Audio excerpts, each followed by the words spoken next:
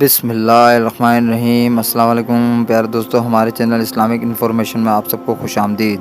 پیارے دوستو، دنیا کی تاریخ میں ایسے بادشاہ اور فرعون گزرے ہیں جن کو ان کی دولت کے نشے نے مغرور بنا دیا، اور انہوں نے اپنی دولت کے نشے میں اللہ تعالیٰ کی وحدانیت کو للکارا، جس کا انجام اللہ تعالیٰ نے ان کو دنیا میں دکھایا۔ اور آج اس ویڈیو میں ہم آپ کو ایسا ہی کچھ بتانے والے ہیں۔ اور یہ لوگ طاقت کے نشے میں معاذ اللہ خدائی کا دعویٰ کر بیٹھے، اس کے باوجود بھی اللہ تعالیٰ نے بہت سارے انبیاء کرام کو ان کی طرف مبعوث فرمایا، لیکن یہ بدبخت لوگ اپنی سرکشی اور انا پر اڑے رہے اور اللہ تعالیٰ کی وحدانیت کا انکار کرتے رہے۔ پھر جب یہ ہدایت کے قابل نہ رہے تو اللہ تعالیٰ نے ان کو عبرت کا نشان بنایا اور ان لوگوں کو تباہ برباد کر کے صفائے ہستی سے مٹا دیا۔ اللہ تعالیٰ نے ان کو ایسی عبرت ناک موت دی کہ آج بھی دیکھ کر لوگ ان کو خوف کھاتے ہیں۔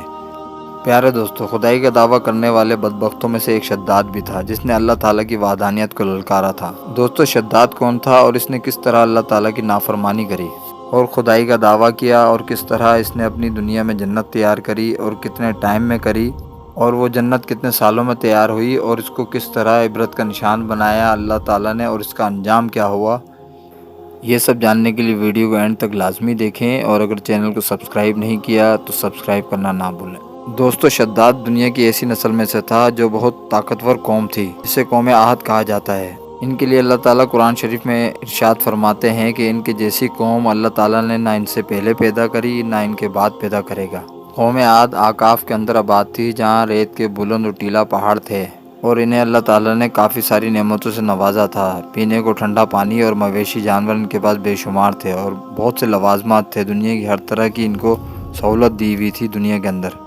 چنانچہ اتنی نعمتوں کی فراوانی اور طاقت ملنے پر یہ قوم بھٹک گئی اور راہ راست سے اتر گئی اور غرور اور تکبر میں آ گئی۔ ان کی ہدایت کے اللہ تعالیٰ نے حضرت ہود علیہ السلام کو ان پر مبعوث فرمایا۔ حضرت ہود علیہ السلام اللہ تعالیٰ کے حکم سے اس قوم کو تبلیغ کرنے لگے اور اللہ تعالیٰ کی وحدانیت کی طرف بلانے لگے، لیکن یہ قوم اپنے کفر اور شرک سے باز نہ آئی اور حضرت ہود علیہ السلام کا مذاق اڑانے لگی۔ شداد، جو کہ اسی قوم میں سے تھا، وہ اسی قوم کا بادشاہ تھا، اور یہ دو بھائی تھے۔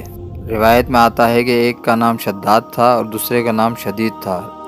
شدید پہلے بادشاہ بنا اور وہ فوت ہو گیا۔ حضرت ہود علیہ السلام نے اس کو بہت سمجھانے کی کوشش کری، لیکن اس کے دل پہ کالک آ گئی تھی اور یہ کسی کی بات سننے کو تیار نہیں تھا۔ چنانچہ حضرت ہود علیہ السلام نے جب اللہ تعالیٰ کی وحدانیت کے بارے میں اس کو بتایا اور اللہ تعالیٰ کی عبادت کرنے کا حکم دیا، تو اس وقت شداد اور حضرت ہود علیہ السلام کے درمیان ایک زبردست مکالمہ ہوا۔ اس شداد نے حضرت ہود علیہ السلام سے پوچھا کہ اگر میں اللہ تعالیٰ پر ایمان لے آؤں تو مجھے کیا ملے گا؟ تو اس وقت حضرت ہود علیہ السلام نے فرمایا کہ تم پر جنت حلال ہو جائے گی۔ جنت کا سنتے ہی شداد جنت کے بارے میں پوچھنے لگا، تو حضرت ہود علیہ السلام نے شداد کو جنت کا نقشہ بتایا اور جنت کی بے شمار نعمتوں کے بارے میں بتایا۔ حضرت ہود علیہ السلام کی بات سن کر شداد مسکرانے لگا اور کہنے لگا، یہ کون سی بڑی بات ہے، ایسی جنت تو میں بھی تیار کر سکتا ہوں۔ حضرت ہود علیہ السلام نے شداد کو اس کفر اور شرک سے روکنے کی بہت کوشش کی۔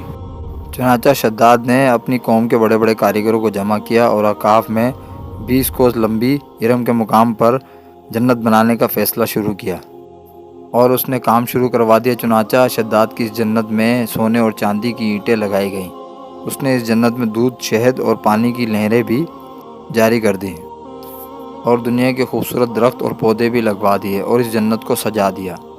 قوم عاد پہلے ہی بلند و بالا پہاڑ تراش کر بنانے میں ماہر تھی اور شداد کے دور میں یہ کام عروج پر تھا۔ چنانچہ ریت کے بلند و بالا ٹیلوں پر اس کے بڑے بڑے ستون کھڑے کر دیے گئے اور ان ستونوں پر بڑی بڑی سونے اور چاندی کی عمارتیں بنا دی گئیں، اور شداد نے یہ فیصلہ کیا تھا کہ جب تک اس کی بنائی جانے والی جنت تیار نہ ہوگی تو جب تک وہ اپنی اس جنت میں قدم نہیں رکھے گا۔ اور شداد کے حکم کے مطابق جنت تیار ہونے لگی اور بڑی بے صبری سے وہ اس جنت کا کام مکمل ہونے کا انتظار کرتا رہا۔ شداد کی اس جنت کو تیار ہونے میں 12 سال کا عرصہ لگا، اور جب یہ اس کی جنت تیار ہو گئی اور جب اس جنت کو خوبصورت بنا دیا گیا تو شداد کو اس جنت کے تیار ہونے کا پیغام پہنچا دیا گیا، اور جنت کا تیار ہونے کا پیغام سنتے ہی شداد بہت خوش ہوا اور شداد جنت کو دیکھنے کے لیے اپنے قوم کے ساتھ وہاں سے چل پڑا۔ چنانچہ شداد ابھی جنت کے دروازے پر پہنچا ہی تھا کہ اس نے اپنے سامنے ایک شخص کو کھڑے دیکھا۔ شداد اس شخص کو دیکھتے ہی پہچان گیا اور اپنے ساتھیوں سے کہنے لگا کہ یہ مجھے اس جنت میں جانے نہیں دے گا۔ تو اس وقت شداد کے ساتھیوں نے پوچھا کہ یہ شخص کون ہے اور آپ کو جنت میں داخل ہونے کیوں نہیں دے گا؟ تو اس وقت شداد نے ان سے کہا کہ یہ ملک الموت ہے جو کہ میری روح قبض کرنے کے لیے آئے ہیں اور یہ مجھے جنت میں داخل نہیں ہونے دیں گے۔ اس وقت شداد ملک الموت سے عرض کرنے لگا کہ مجھے صرف جنت میں قدم رکھنے کی مہلت دے دی جائے۔ تو اس وقت ملک الموت نے جواب دیا کہ مجھے اللہ تعالیٰ کی طرف سے حکم ہے کہ میں تمہیں جنت میں قدم نہ رکھنے دوں۔ تو اس وقت شداد بہت رویا اور گڑ گڑایا کہ مجھے کسی طرح اس جنت میں داخل ہونے دو، لیکن ملک الموت نے اللہ تعالیٰ کے حکم کی تکمیل کرتے ہوئے شداد کی روح وہیں قبض کر لی۔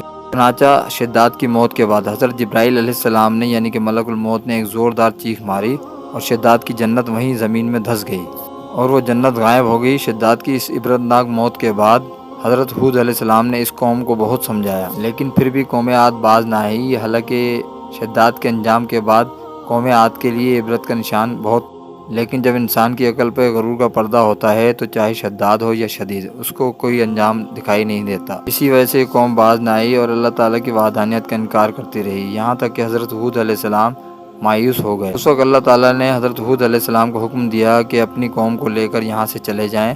پھر بھی حضرت ہود علیہ السلام نے آخری دفعہ اپنی قوم کو، جو باغی لوگ تھے، ان کو سمجھانے کے لیے ایک دفعہ پھر کوشش کری، لیکن وہ لوگ اپنی سرکشی پر ڈٹے رہے اور پھر بھی باز نہ آئے۔ تو حضرت ہود علیہ السلام اپنے قوم کے لوگوں کو لے کر وہاں سے نکل پڑے۔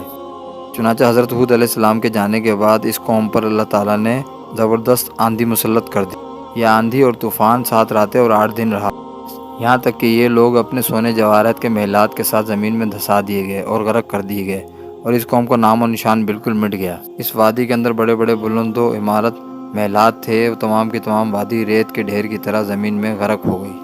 قوم عاد کو اللہ تعالیٰ نے اس طرح غرق کیا کہ وہاں صرف ریت کے ٹیلے باقی رہ گئے، کسی بھی چیز کا نام و نشان نہ بچا اور سب کچھ ختم ہو گیا۔ پیارے دوستو، اللہ تعالیٰ نے اسی لیے شداد اور اس کی قوم کا نام و نشان مٹا دیا۔ غرور اور تکبر کرنے والا کبھی بھی دنیا میں نہیں جیتا، اس کا انجام بہت برا ہوتا ہے۔ اللہ تعالیٰ ہم سب کو غرور اور تکبر سے بچ کر زندگی گزارنے کی توفیق عطا فرمائے، اللہ تعالیٰ کی فرمانبرداری کے ساتھ۔ آمین ثم آمین۔